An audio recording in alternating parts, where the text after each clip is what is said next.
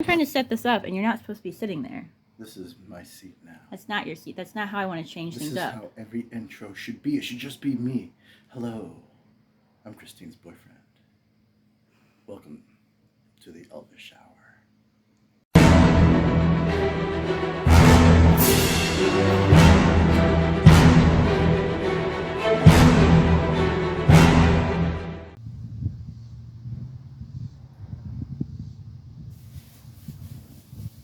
It's recorded again. I didn't do it this time.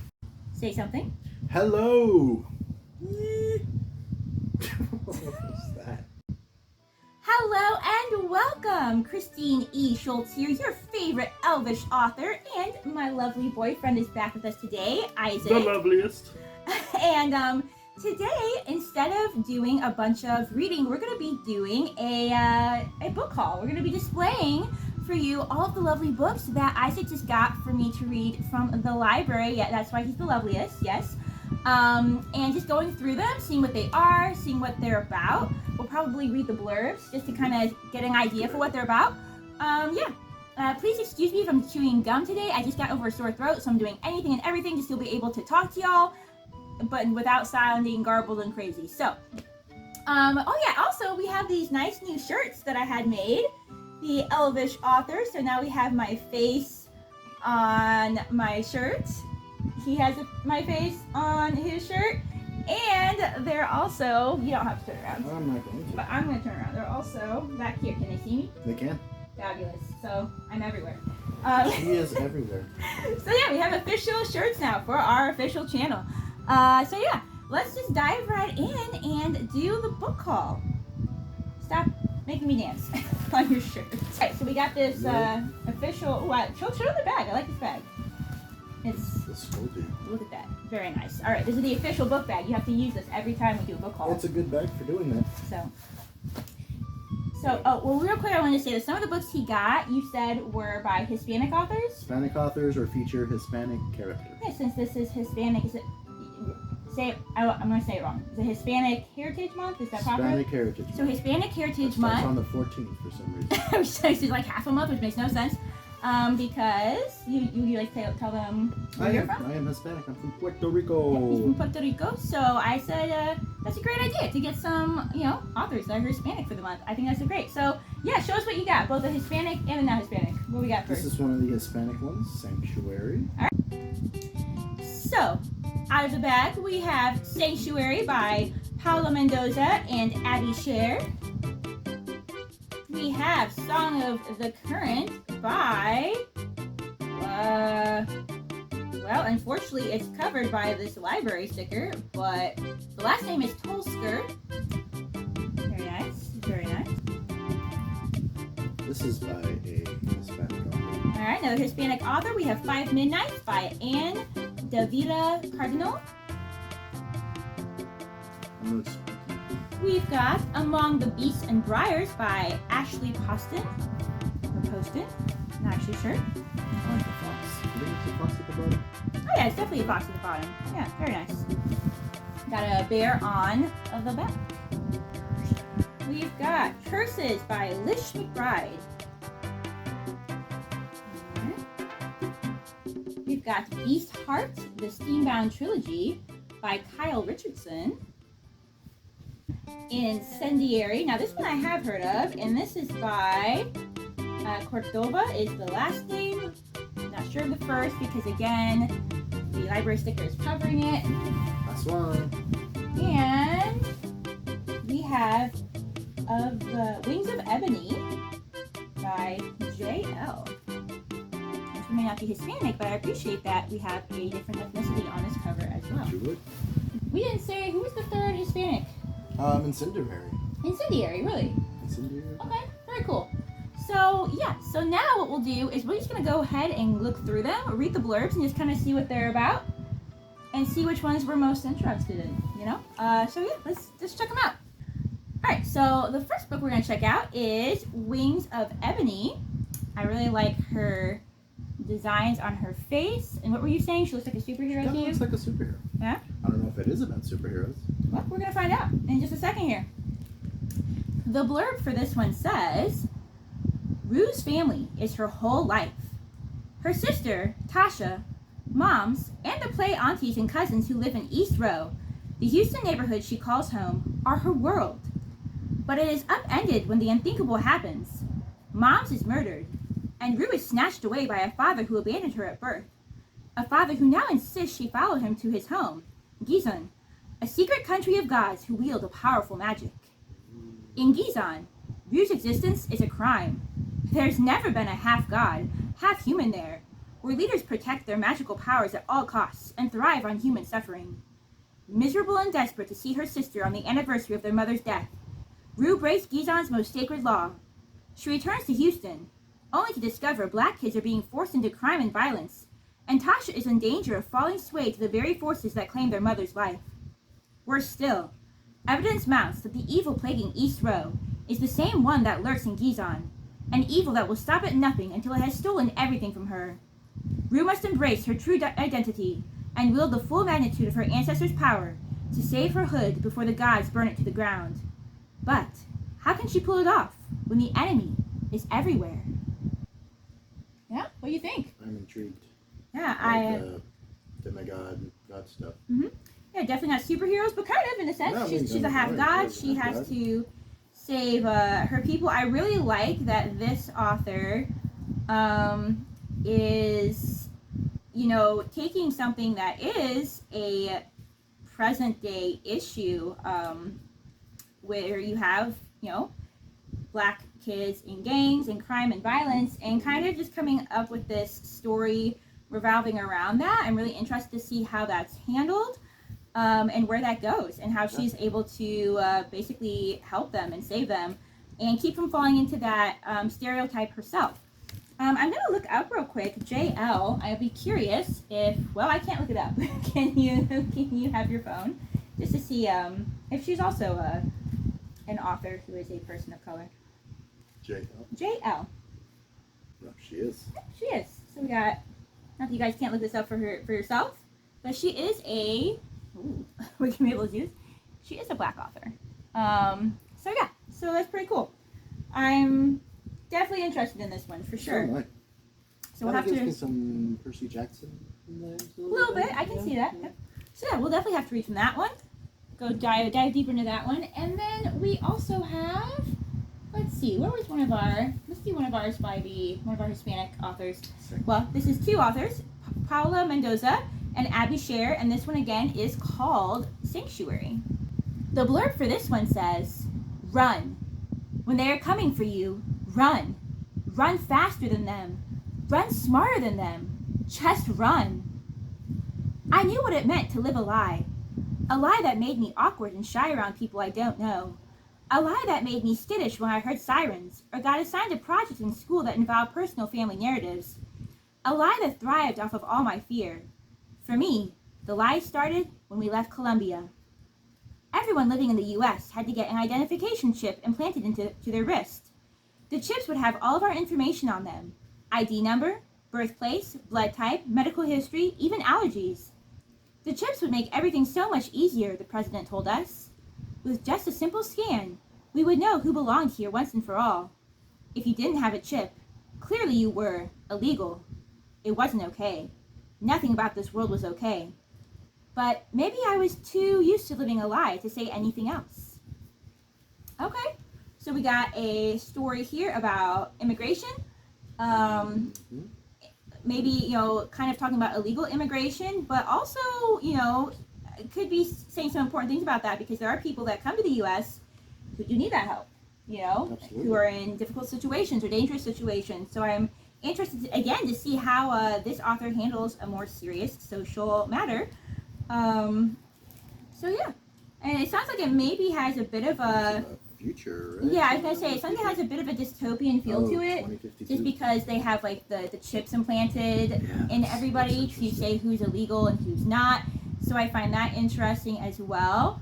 So it seems like it's gonna be pretty normal fiction, but with a little bit of dystopian thrown in there. It says the year is 2032. 32. So yeah, okay. Yeah, good, I like it. good. Wow, I'm into it. Very good.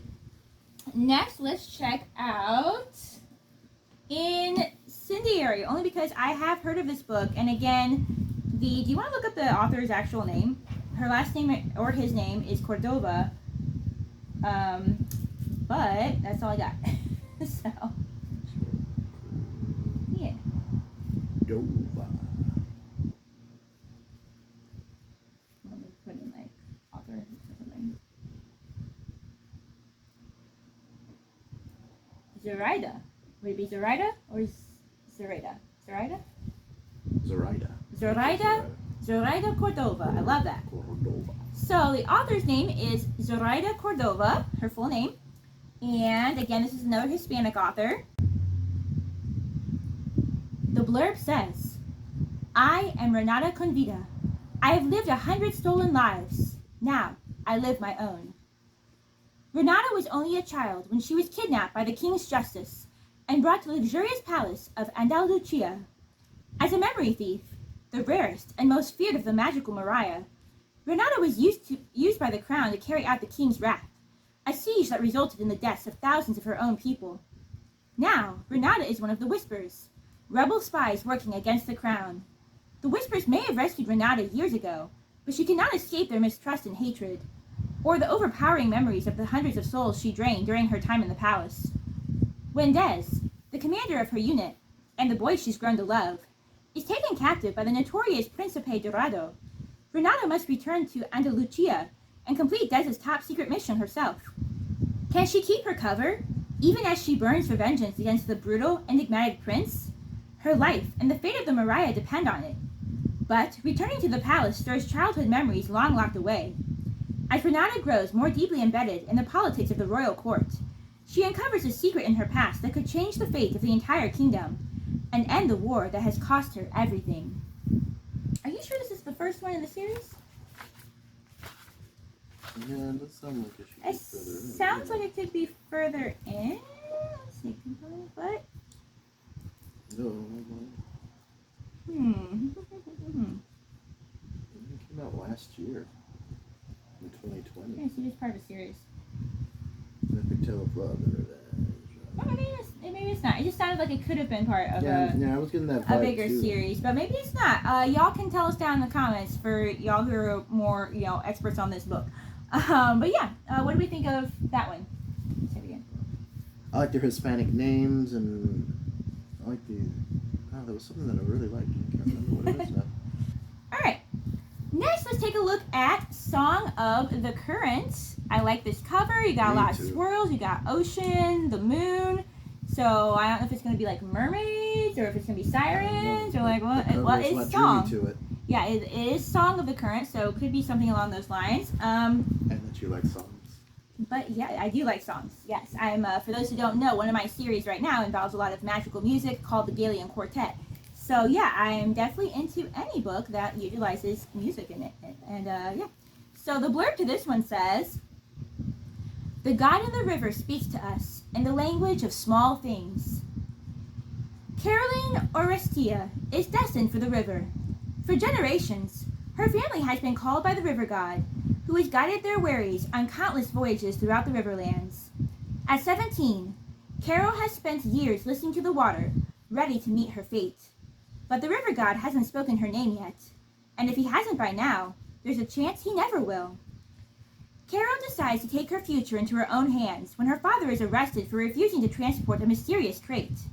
By agreeing to deliver it in exchange for his release, Carol finds herself caught in a web of politics and lies, with dangerous pirates after the cargo, an arrogant courier with a secret, and without the river god to help her.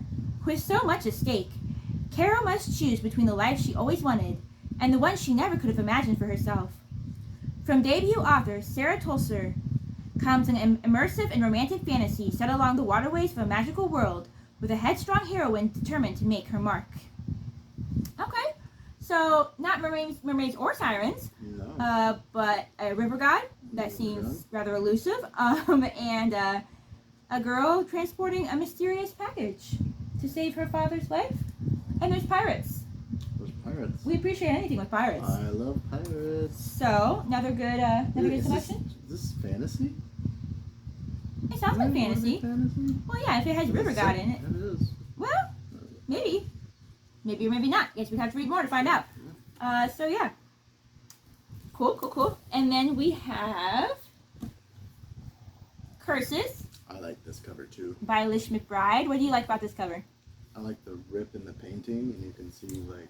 Yeah, I wonder if it's like a Beauty and the Beast twist. Yeah. With maybe the girl being the beast or something, just because in the movie version at least you have that portrait where he's got like the the claw marks across it. Oh, I didn't know that. And you can see, I didn't notice this either. You can see her beastly side through that tear there. Mm-hmm. I assume that you've seen this. Yes. Because you really have paid attention to this cover. So, okay.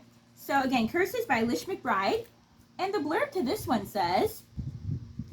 A run-in with a fairy godling at her betrothal ball left Merritt Craven with more than any fairy-born noble could want.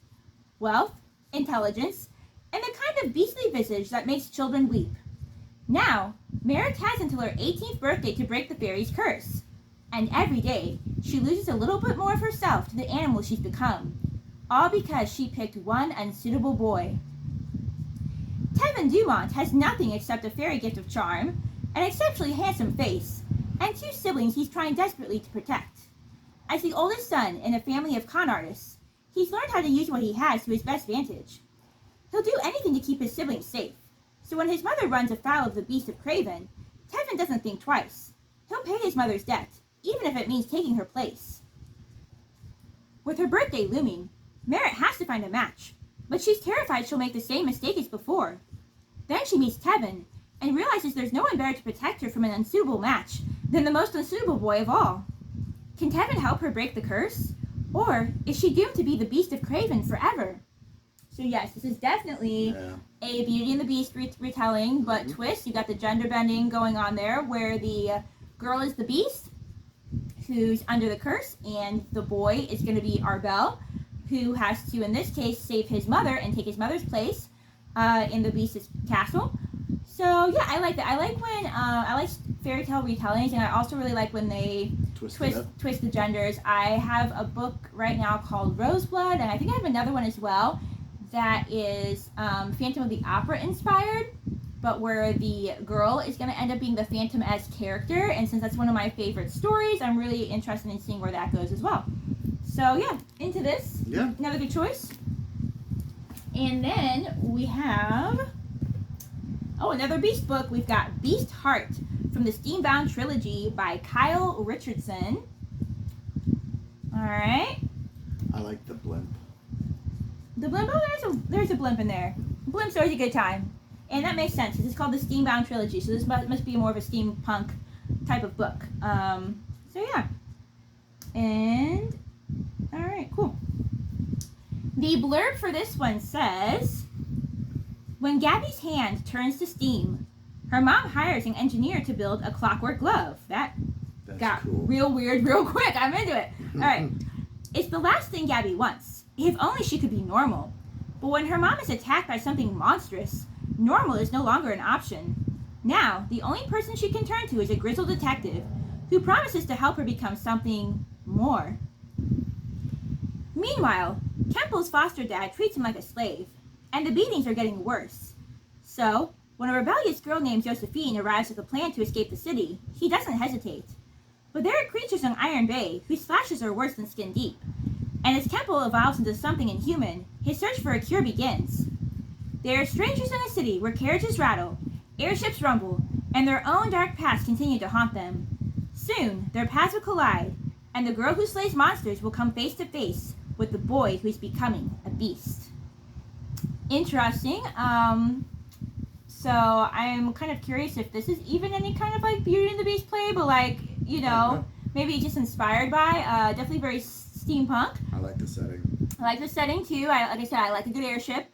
And also just instantly interesting with Gabby having this hand that turns into steam and building this clockwork glove for her. I like it. So definitely different than any of the ones that we've read so far as setting and all of that. So we've had like a good variety so far. I think it's pretty cool. I like a good variety of things. We got a couple more to check out here. We've got Among the Beasts and Driers by Ashley Poston.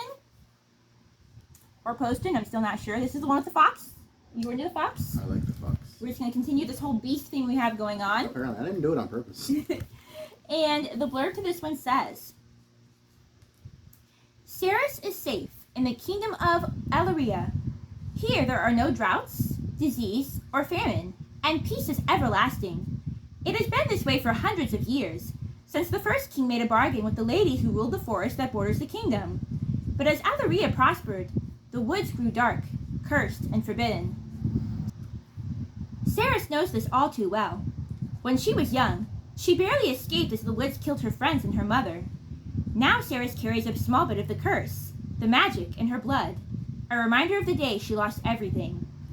As a new queen is crowned, however, beings long hidden in the woods descend on the kingdom itself. Saris is forced on the run. Her only companion is a small and irritating fox from the royal garden, and the magic in her veins. It's up to her to find the legendary Lady of the Wilds and beg for a way to save her home. But the road is darker and more dangerous than she knows, and as secrets from the past are uncovered amid the teeth and roots of the forest, it's going to take everything she has just to survive. So I like this one because it's more of like a dark fairy tale type of feel. Yeah. Very fantasy. Not that some of these others aren't fantasy, but this one is like fantasy. For sure is fantasy. Yeah, more of like a medieval fairy tale type of feel. And I like that she's going to have a fox companion, even though apparently he's annoying. So I'm into it. As they should. So yeah, this one, again, fairy tale vibe, so very good. And then last but not least, we have 5 Midnights by Anne Davila Cardinal. This is one of our Hispanic authors, again. And I'm not sure what's going to be going on with this. It could be like aliens, it could be ghosts, it could be metaphorical, it could be literal, whatever this creature is on the cover. It's spooky. Yeah, so did you pick this up because it looks spooky? Yeah. Yeah, all right, let's find out. Well, Bustle review says it's thrilling, so, but the blurb says, 5 friends cursed, 5 deadly fates, 5 nights of retribution. When Lupe Davila arrives in Puerto Rico for the summer. Hey, I didn't even do that on purpose. It's your home country. All right, now we're really interested. When Lupe Davila arrives in Puerto Rico for the summer, she arrives alone.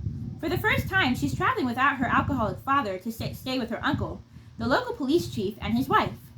While her uncle is investigating a murder, Lupe scours the crime scene and tracks a lead the cops aren't willing to follow. Javier Gutierrez, help me out here. Gutierrez? Javier Gutierrez's friends are dying. 2 of his 4 best friends from childhood end up dead under peculiar circumstances. Now, Javier's best chance for survival is uncovering the reason behind the attacks and narrowing down the list of suspects. If Lupe and Javier can survive each other's company, together they can solve the series of grisly murders sweeping through Puerto Rico. But the clues lead them out of the real world and into the realm of myths and legends. And if they want to catch the killer before the killer catches them, they'll have to step into the shadows to see what's lurking there. Murderer or monster? We have us a proper horror thriller, probably supernatural type of story, ghost or monster story. And again, not only do we have a Hispanic author, but set in Puerto Rico. I think that's my favorite. Your home country. Well, it really should be. And then maybe this will be one of the ones that we do first. We are going to read from at least some of these for chapter reaction videos, which is where we read a chapter or 2 from a new book to see how we like it, see if it's something we want to read, and to also help you guys discover new books as well. But yeah, that's the end of the book haul. Thanks for joining us to see what books we picked up from the library to read. We'll have more book hauls to come for when we pick up more books from the library and check them out. On that note, leave some comments for us down below. If you've read these books, let us know if you liked them, what you thought of them, but no spoilers. If you do spoilers, please leave a note warning people of spoilers for those like us who haven't read them. Tell us which ones you haven't read that look interesting to you. And yeah, on that note, happy reading, may you be inspired, and I will see you in my next video, and maybe him too. Maybe.